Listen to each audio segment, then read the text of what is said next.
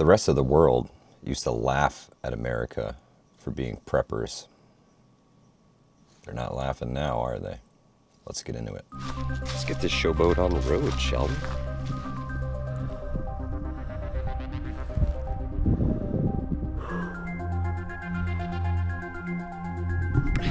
Yeah, boy.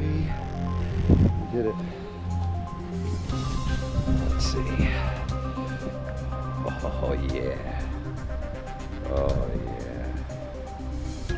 That hill you see over in the distance there, you can just barely make out the fire tower on the top of that sucker. Stik Mountain, there's some rain coming down through the valleys.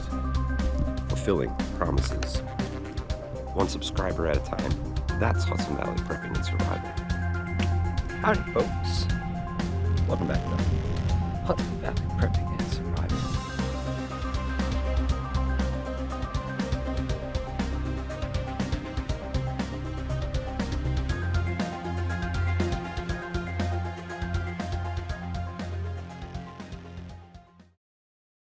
Good afternoon, and welcome back to Hudson Valley Prepping and Survival. I want to thank you for joining me today in this video. We are going to discuss how the rest of the world is preparing for World War III. Again, I got a few articles I'm going to read from here today. I will be happy to share all of these right down in the comment section for y'all to check out for yourself. So you don't have to take my word for it. You can read it yourself. The first article today is from news.com.au.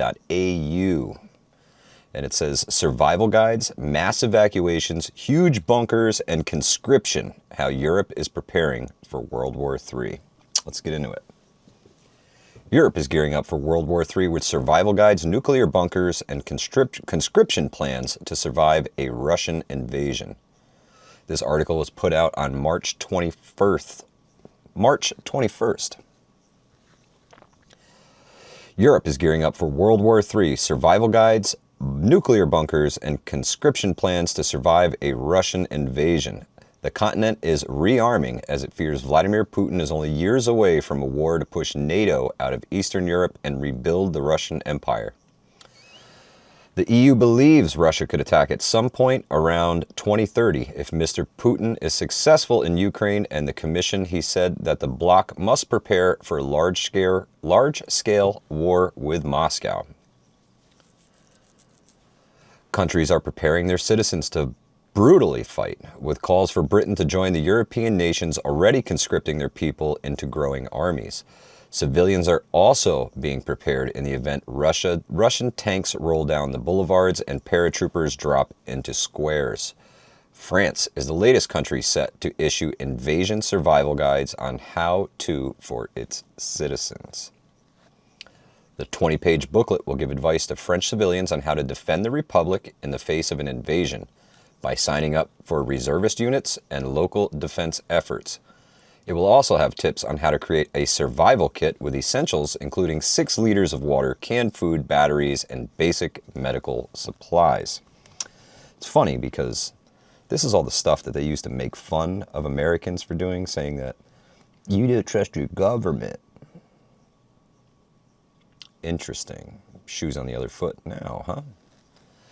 And that article is from thenews.com.au.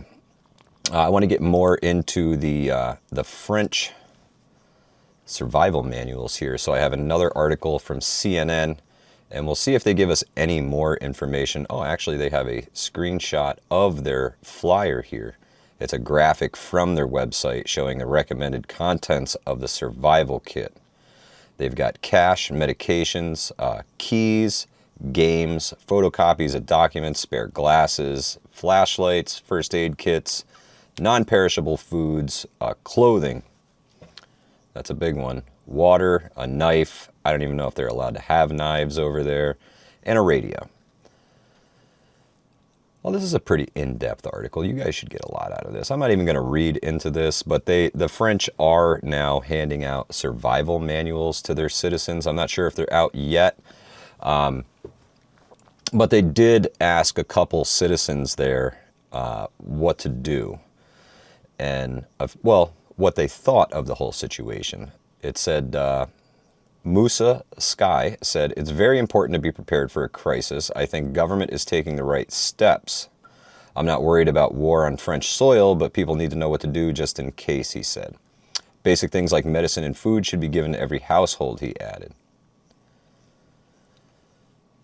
Carney Longos, 56, remains skeptical about the likelihood of armed conflict in France. "I don't think there will be a war. It's not President Emmanuel Macron's role to intervene between Trump and Putin. There are other matters that require urgent attention here in France," he said.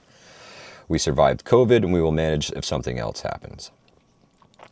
Lori, a 25-year-old primary school teacher, describes herself as anti-war but thinks the manual makes sense from a standpoint of prevention. "Nordic countries like Sweden and Denmark are psychologically more prepared than France," she added. "Having basic knowledge of what you need to survive, like knowing how to handle electricity, is important in terms of risk management," she said. However, she noted the manual alone may not be enough. "Psychological safety matters, and a piece of paper won't provide that. We need training," she said. The Prime Minister spokeswoman told CNN that the first step in citizen engagement is to be informed about threats and stay updated. Engagement can also mean joining associations such as the Reserve Forces, she said. "We are doing everything we can to ensure our citizens are ready to respond in the event of a crisis," she added. Earlier this month, Macron announced a major overhaul of France's security force, including plans to increase the number of operational reservists from 40,000 to 100,000 by 2035. That's big stuff, guys. So let's move on. What other European nations are preparing their citizens for war? Have you heard about what's going on in Poland? Poland is now seeking access to nuclear arms, and they're also looking to build a 500,000-man army. Warsaw, Poland, looking to gain access to nuclear weapons and also ensure that every man undergoes military training as part of an effort to build a 500,000-strong army to face off the threat from Russia, Prime Minister Donald Tusk told the parliament on Friday. Poland's gearing up, conscripting every male in Poland, also looking to acquire some nuclear arms.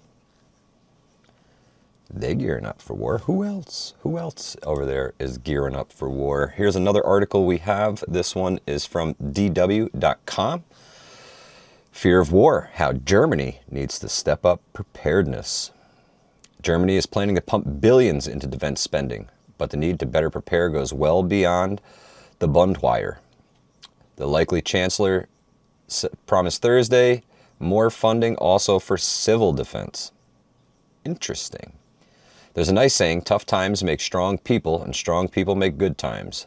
But good times make weak or naive people, and that's where we are right now, explains Daniel Schaefer, a survival expert based in Berlin. I agree, Daniel. Thank you for that opinion. He's discussing Germany's overall preparedness for war and crisis situations, both at home and abroad, and it's fair to say he has some serious concerns. Schaefer, a former reservist with Germany's Rapid Response Force, served in Yugoslavia and later worked for Berlin's Criminal Police Office. Today he runs several training camps and is the author of a survival handbook. His Survivy Camp trains around 2,000 members of the public a year on courses ranging from all-weather survival weekends in the German wilderness to bushcraft training days where participants can learn how to butcher wild animal carcasses, light fires the old-fashioned way. This is a great article, guys. I'll link this one down in the comments too. So France, Poland, Germany, all preparing not just themselves but their citizens for potential world war. Interesting. Who else over there is worried about all this stuff? Oh yeah, Finland. Finland accelerates its preparedness for war in all forms, the article states. This one is from Euronews.com. And again, that'll be right down in the description section below. The Finnish commitment to defending their sovereignty from an imperialistic Russia has long been a part of the Finnish psyche and instinct on how the state is run. Since Putin's mindset and materialistic, the full-scale war invasion of Ukraine, Helsinki has moved to accelerate plans for defense. Finland has accelerated its preparedness for all types of war, nuclear, full-scale invasion, and consistently responding to numerous hybrid war attacks that Russia has stepped up since the full-scale invasion of Ukraine.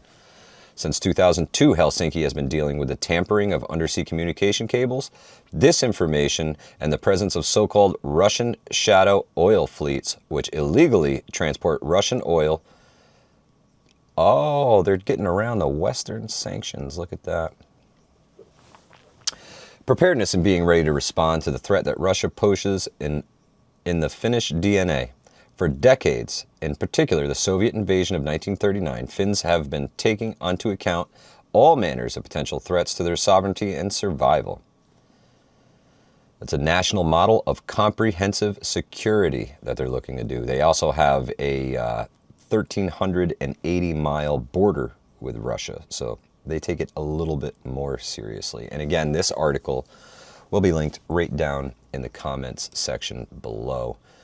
It goes to show, folks, that the rest of the world is gearing up for World War III. You should be too. This is Hudson Valley Prepping and Survival. We will catch you on the next video. Have a great day, folks.